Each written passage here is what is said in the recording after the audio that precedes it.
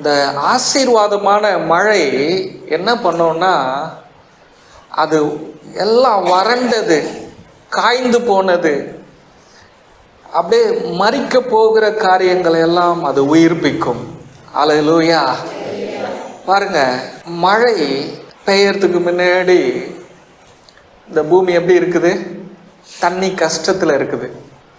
அப்புறம் பூமியானது வெடிப்பூட்டு இருக்குது. தாவரங்கள், மரங்கள் எல்லாம் காய்ந்து போய் இருக்கிறது. ஏரிகள், குளங்கள் எல்லாம் காய்ந்து போய் இருக்கிறது. ஆனால் என்றைக்கு மழை பெய்கிறதோ அப்பொழுது அந்த காஞ்சு போன பூமியை உங்களால் பார்க்க முடியுமா? வறண்ட பூமியை பார்க்க முடியுமா? நீங்கள் விதைக்காத அநேக ஆசீர்வாதமான இயற்கையாக தேவன் படைத்த நல்ல நல்ல ஆரோக்கியமான செடிகள் வளருகிறது இல்லை? அந்த மழை நம்ம திட்டம் பண்ணாத தேவன் திட்டம் பண்ணின எல்லாவற்றையும் இந்த பூமியில் வளர வைக்குது. ஆண்டவர் சொல்கிறாரு, நான் படைத்த சிருஷ்டிப்பு இந்த மழையே இப்படி செய்யுமானால், அந்த மழைக்கிட்ட நம்ம கேட்டால், மழையே நீ இந்த பூமியில் பெய்த பின்பு இந்த பூமி செழிப்பாகுது, இந்த பூமியில் இருக்கிற விவசாயிகள் பயிர்களை நடத் தொடங்குகிறார்களே, பூமியில் இருக்கிற மக்கள் தண்ணி கஷ்டங்கள் எல்லாம் தீர்ந்து விடுகிறதே, நீ என்னுடைய தேவனை குறித்து என்ன சொல்ல விரும்புகிற அப்படின்னு மலையை பார்த்து கேட்டால் சொல்லும், என்னையே நீங்கள் கொண்டாடுறீங்களே, என்னை படைச்ச ஆண்டவருடைய வார்த்தைகள், அவருடைய வாக்குத்தத்தங்கள், ஆமென், அவருடைய உபதேசங்கள், என்னை படைத்த தேவனே அவர் ஆசீர்வாதமான மழையாக இருக்கிறார். நானே மக்களை இவ்வளவு சந்தோஷப்படுத்துவேன், ஆனால் என்னை படைத்த தேவன் அவர் ஆசீர்வாதமான மழையாக இருக்கிறாரு. அவர் உங்களை எவ்வளவு சந்தோஷப்படுத்த முடியும்? கைகளை தட்டி ஆண்டவருக்கு நன்றி சொல்லுவோம். நன்றி அப்பா. ஹல்லேலூயா, ஹல்லேலூயா, ஹல்லேலூயா. பாருங்க, ஓசியா 6ஆம் அதிகாரம் 3வது வசனம் சொல்லுகிறது, நம்ம ஆண்டவர் எப்படி இருக்கிறாரா? அவருடைய புறப்படுதல் அருணோதயம் போல ஆயத்தமாக இருக்கிறது. அவர் மழையை போலவும் பூமியில் பெய்யும் முன்மாறி பின்மாரியை போலவும் நம்மிடத்தில் வருகிறார். அல்லேலூயா. நம்முடைய ஆண்டவர் அவர் நமக்கு மழையை போல இருக்கிறார். அல்லேலூயா, அல்லேலூயா. இந்த உலகத்தில் பெய்கிற மழைகள் மனிதன் நன்மைக்காக ஆயத்தம் பண்ணி வைத்த ஒவ்வொன்றையும் அழித்து விடுகிறது. அல்லேலூயா. பாருங்க, இந்த ஒவ்வொரு வருஷமும் மழை பெய்யுது, அப்படிதானுங்களா? கவனிக்கிறீங்களா? ஒவ்வொரு அந்த மழை மனிதர்களுக்கு இழப்பை கொண்டு வருகிறது, தேசங்களுக்கு ஆபத்தை கொண்டு வருகிறது. அது அன்லிமிட்டடா பெய்யுது. என்ன பண்ணுதுங்க? அன்லிமிட்டடா பெய்யுது. ஏரிகள் நிரம்புகிறது, குளங்கள் நிரம்புகிறது, டேம், அரசாங்கம் கட்டி வைத்திருக்கிற பாதுகாக்கிற டேம் எல்லாம் நிரம்புது. அந்த டேம் எல்லாமே நிரம்பி வழியுதே, மக்கள் வாழ்ற இடத்துக்கெல்லாம் போகுதே. உங்ககிட்ட நான் ஒரு கேள்வி கேட்குறேன். மழையினால உலகம் எல்லா நாடுகளும் அழிவை சந்திக்குதே. இந்த உலகம் 4 பங்காக இருக்கிறது. அதுல ஒரு பங்குல தானே மனிதன் வாழ்றான், 3 பங்கு தண்ணியா தானே இருக்குது. என்னைக்கா நீங்க நினைச்சு பார்த்தீங்களா? ஆனால் இந்த மனுஷங்களுக்கு ஏன் தண்ணி கஷ்டம் வருது? தண்ணீர் பஞ்சம் வருது. விவசாயத்துக்கு தண்ணி இல்லை, குடிக்க தண்ணி இல்லை. இந்த முழு உலகமே தண்ணியை வச்சு தானே அரசியல் செய்கிறாங்க. ஆனால் படைத்த ஆண்டவர் மனிதனுக்கு தேவையான தண்ணியை 3 மடங்கு தந்திருக்கிறாரு. அவர் எவ்வளோ நல்லவர். இதை என்னைக்காவது நீங்கள் யோசிச்சு பார்த்தீங்களா? இதை யோசிச்சு பார்த்தா எங்களுடைய உள்ளங்கள் எங்களுடைய ஆண்டவருக்கு அவ்வளவு நன்றி சொல்லணும். நேற்று இரவு நான் யோசிச்சு பார்த்தேன். நான் என்னால் அந்த தேவனுடைய நன்மைகள், இந்த முழு உலகத்துக்கும் அவர் கொடுத்த நன்மைகள், அதை நினைத்து எங்களால் மௌனமாக இருக்க முடியல. அப்படியே கத்தி, ஆனந்த சந்தோஷத்தோடு கத்தி அவருக்கு நன்றி சொல்லணும் போல இருக்கிறது. அல்லேலூயா. ஆனாலும் மனிதன் அந்த தண்ணீரை அவன் ஆசீர்வாதமாக பயன்படுத்துவதற்கு ஞானம் இல்லாதவனாக இருக்கிறான். தேவன் கொடுக்கிற இந்த இயற்கையாக கொடுக்கிற இந்த தண்ணீரை மனிதனுக்கு ஆசீர்வாதமாக பயன்படுத்த அவன் விரும்புவதில்லை. அதே போல தான் ஆண்டவர் சொல்றாரு, என்னுடைய ஜனங்களுக்கு, என்னுடைய பிள்ளைகளுக்கு நான் ஆசீர்வாதமான மழையாக இருக்கிறேன். என்னை நீங்கள் பயன்படுத்தி உங்களுடைய காய்ந்து போன வாழ்க்கையை நீங்கள் துளிர்க்க பண்ண முடியும். உங்களுடைய வறண்ட அந்த வாழ்க்கையை உங்களால் நீரூற்றுகளாக மாற்ற முடியும். உங்களுடைய வாழ்க்கையில வறண்டு இருக்கிற உங்கள் வாழ்க்கையை செழிப்பாக மாற்ற முடியும். வியாதிகளும் சரீரத்தில் பலவீனங்களும் இருக்கிற உங்கள் சரீரத்தை தேவனுடைய ஆசீர்வாதமான அந்த மழை, அவருடைய வார்த்தையினாலே உங்களுடைய வாழ்க்கையை நீங்கள் ஆரோக்கியமாய் மாற்ற முடியும். ஆனால் அவரை நீங்கள் பயன்படுத்த விரும்பவில்லை. உங்க மைண்டை பார்த்து நீங்க சொல்லுங்க.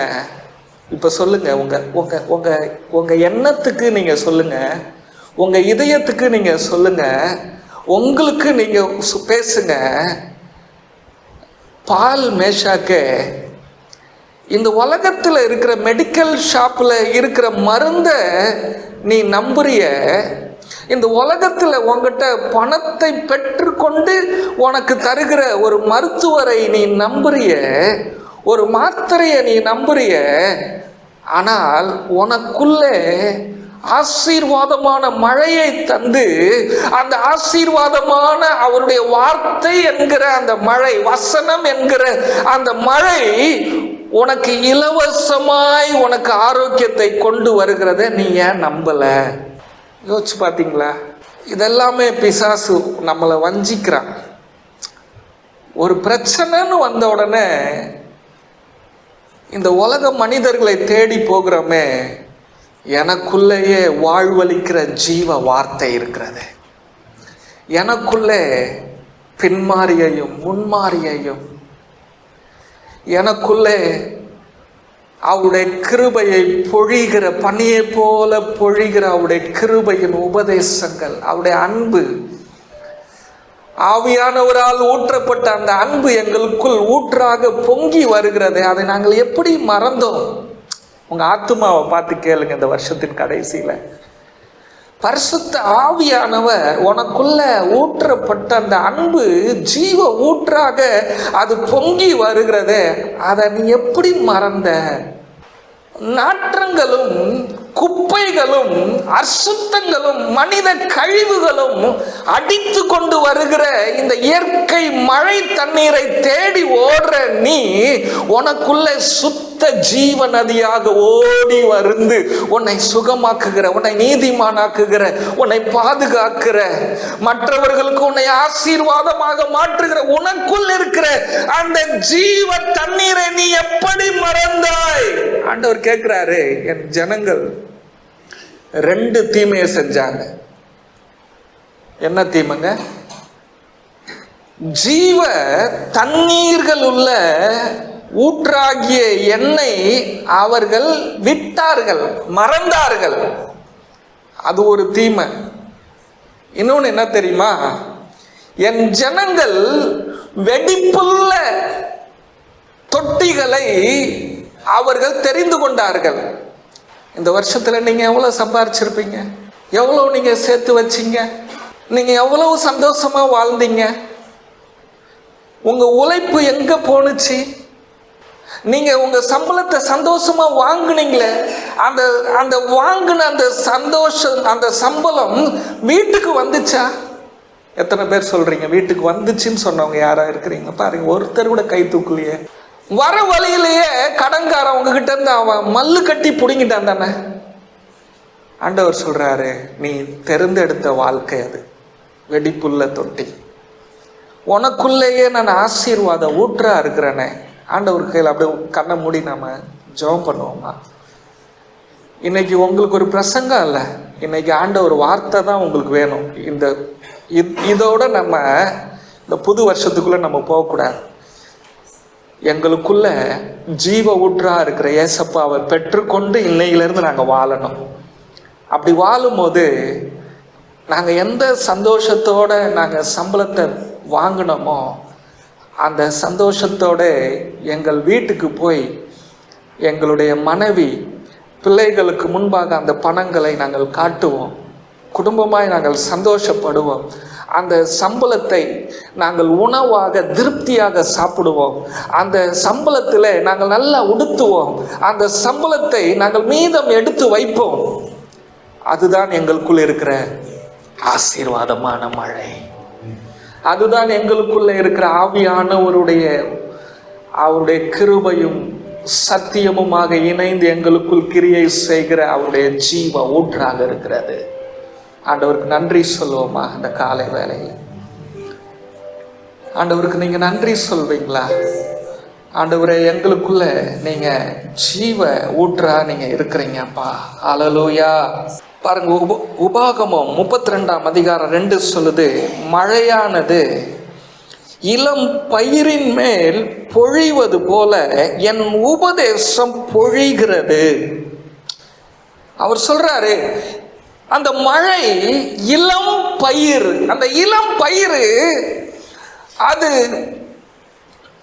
அப்பதான் மனுஷன் விதைத்தது அப்படியே பூமிக்கு வெளியே வந்து எட்டி பார்க்குது, பச்சையா எட்டி பார்க்குது. அது எட்டி பார்க்கும்போது ஆண்டவர் சொல்றாரு, நீ இதுவரை விதையாக இருந்தாய், இதுவரை விதையாக இருந்தாய். உன்னை மனுஷன் ஒரு கவருக்குள்ள வச்சிருந்தான், வியாபாரி அவன் ஒரு டப்பாக்குள்ள வச்சிருந்தான். ஆனா நீ என்னைக்கு மண்ணுக்குள்ள போட்டியோ, மண்ணுக்குள்ள என்னைக்கு நீ வந்தியோ, உன்னை ஆசீர்வதிக்க நான் தொடங்கிட்டேன்றாரு. என்னைக்கு நீ ஆண்டவருடைய ஆலயத்துக்குள்ள வந்தியோ அதுதான் ஆசீர்வாதமான 100 மடங்கு பலனை கொடுக்கிற இடம். என்னைக்கு இந்த ஆலயம் அவருடைய அப்பாவுடைய வீட்டில வைத்து நான் மகிழ பண்ணுவேன் சொன்னாரு, இந்த ஆலயத்துல நீ என்னைக்கு வந்தியோ அன்னைக்கு நான் உன்னை ஆசீர்வதிப்பதற்காக என் உபதேசத்தை உன்மேல் பொலிய பண்ணிட்டேன். விவசாயிக்கு எப்ப சந்தோஷம்? அறுவடை நேரம் தான் சந்தோஷம். அது துளிர் விடும்போது மனுஷன் கண்ணுக்கு அது தெரியாது. ஏன் தெரியுமா? இந்த உலகம் உங்களை கொண்டாடல. நீங்க துளிர் விட்டது அந்த மக்களுக்கு கண்ணுக்கு தெரியல. ஆண்டவர் சொல்றாரு, நீ உன்னை துளுக்க வச்சதும் நான் தான், நீ உனக்கு விதையா இருந்து நீ துளிர் விட்ட பத்தியா, உன்னை மதிச்சு ஓடி வந்தது நான் தான்றார். கையை தட்டுங்க பார்க்க.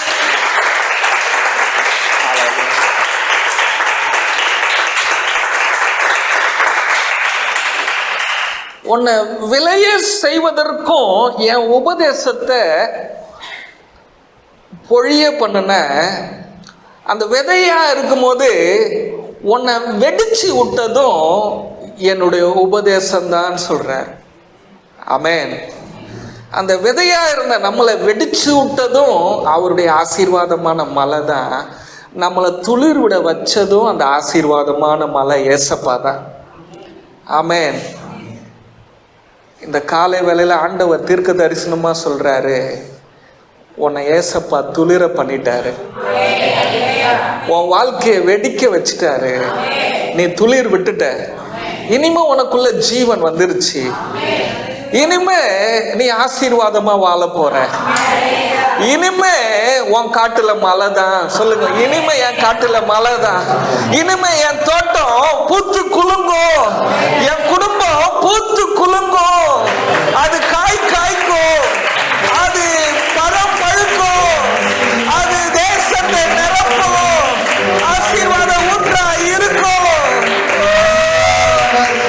ஹல்லேலூயா.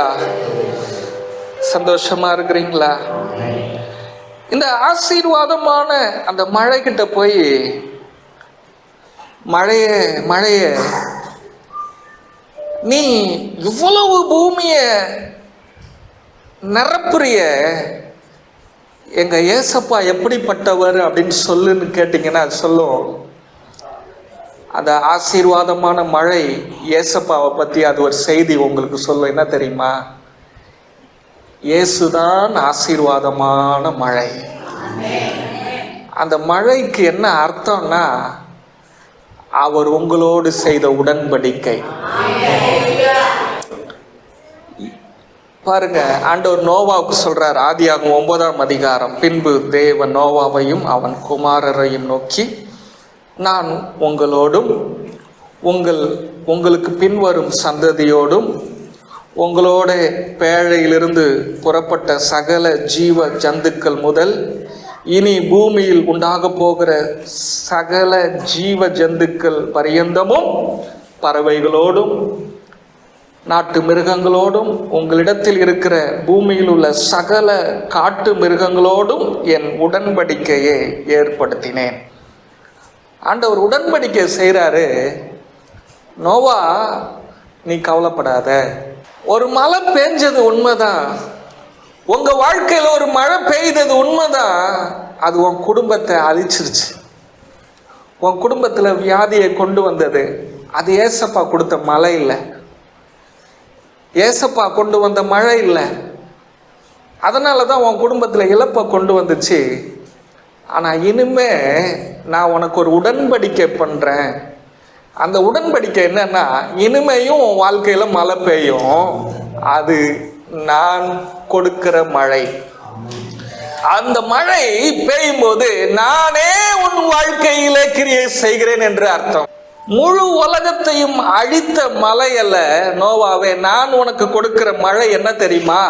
உன்னை ஆசீர்வதிக்கிற மழை. இனி மழையினாலே நான் இந்த உலகத்தை அழிக்க மாட்டேன் என்று ஆண்டவர் வாக்குத்தத்தம் பண்ணுகிறார், உடன்படிக்கை பண்ணுகிறார். அல்லேலூயா. ஒரு வானவில்லை கொண்டு வந்து நோவாவுக்கு காட்டுகிறார், அடையாளம் காட்டுகிறார். ஆண்டவரே, நீங்க இனிமே மழையினால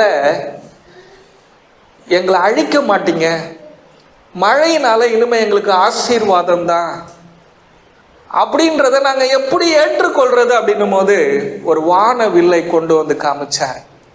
ஆமென். இந்த வானவில்லு தான் உனக்கு அடையாளம். இன்னைக்கும் வானவில்லு வரும்போது நீங்க நினைக்கணும், ஆண்டவர் உங்களை ஆசீர்வதிக்கிறார், ஆண்டவர் உங்கள் மேல் அன்பாக இருக்கிறார், தேவன் உங்கள் மேல் இருக்கிறார், அவர் ஆசீர்வாதத்தின் மழையாக இருக்கிறார். அவர் அந்த மழை உங்களை அழிச்சிடாதுங்க. நீங்க சொல்லணும், தேவன் எங்களுக்கென்று படைத்த மழை, தேவன் எங்களுக்கென்று படைத்து கொடுத்த அந்த பணியானது எங்களுக்கு ஆசீர்வாதத்தை தான் உண்டாக்கும். இந்த காலை வேளையில ஆண்டவர் உங்களுக்கு சொல்லி கொடுக்கிற சத்தியம் என்ன தெரியுமா? அது வெயில் காலமா இருக்கட்டும், மழை காலமா இருக்கட்டும், பனிக்காலமா இருக்கட்டும், அது எந்த வியாதி காலமா, எந்த கஷ்ட காலமா, பஞ்ச காலமா இருக்கட்டும், நீங்க சொல்லுங்க, இந்த எல்லா காலங்களையும் படைத்தவர் எங்க ஏசப்பா. அவர் எங்க கூட இருக்கிறதுனால எந்த காலத்துல வாழ்ந்தாலும் வெயில் காலம் எங்களுக்கு வறட்சியை கொண்டு வராது, மழை காலம் எங்களுக்கு அழிவை கொண்டு வராது, பனிக்காலம் எங்களுக்கு வியாதியை கொண்டு வராது. எல்லா காலத்திலையும் தேவன் எங்களுக்கு ஆசீர்வாதமாக இருக்க அவர் ஏற்படுத்தின அந்த இயற்கை எங்களுக்கு எப்பயுமே நல்லதுதான் செய்யும். அது எங்களுக்கு ஒரு நாளும் தீமையை கொண்டு வராது அப்படின்னு எத்தனை பேர் சொல்ல போறீங்க? விசுவாசிக்கிறீங்களா? பாருங்க, மக்கள் வாய் தானே மோசமானதா இருக்குது. ஐயோ பனிக்காலம் வந்துருச்சா, டிசம்பரு, அவ்வளோதான், இந்த மாதம் ஃபுல்லாக நாங்கள் டாக்டரை பார்க்க போகிறோம். மழைக்காலம் வந்துச்சா, அவ்வளோதான் எங்களுக்கு கஷ்டம். வெயில் காலம் வந்துச்சா, அவ்வளோதான் எங்களுக்கு கஷ்டம். நீங்கள் தானே சொன்னீங்க, நீங்கள் தான் கஷ்டத்தை அனுபவிக்கிறீங்க. நீங்கள் சொல்லுங்கள், எங்கள் ஏசப்பா எங்களுக்கு, அவர் படைச்சதெல்லாம் எங்களுக்கு ஆசீர்வாதம் தான். அவர் படைச்சதுல எல்லாம் எங்களுக்கு நன்மை இருக்குது. அவர் படைத்து கொடுத்தது எல்லாமே எங்களுக்கு சந்தோஷப்படுத்தும். அது எல்லாம் எங்களை அவரை கொண்டாடுவதற்கு எங்களை அது ரொம்ப மகிழ்ச்சியாக அந்த பனி பெய்கிறது. அல்லேலூயா. பாருங்க, இந்த பனியில நம்மை சிருஷ்டித்த ஏசப்பா தாங்க என்ஜாய் பண்ணாரு. அந்த குழந்தை பிறந்துச்சுங்க ஜீசஸ். அந்த பனியில, கொட்டும் பனி பாட்டு இருக்குல்ல, கொட்டும் பனியில அந்த குழந்தை பிறந்துச்சு. அந்த பனி ஜீசஸ் மேல அது பொழியுது. ஐயோ, என்னை படைச்ச சிருஷ்டிகர் மேல நான் துளியா விழுறேன்னு அதுக்கு சந்தோஷம். அந்த பனி அப்படியே உங்க மேலே விழும்போது சந்தோஷமா விழும். அந்த பனியை பார்த்து பயப்படாதீங்க. பனியை நீ என் மேல பெய்ற, நீ ஹாப்பியா இருக்கிற, நானும் ஹாப்பியா இருக்கிறேன். ஓ மழையே, நீ என் மேல பெய்ற, நீ ஹாப்பியா இருக்கிற, நானும் ஹாப்பியா இருக்கிறேன். வெயிலே, நீ ரொம்ப உஷ்ணம்னு ஒண்ணு நான் முறுக்க மாட்டேன்.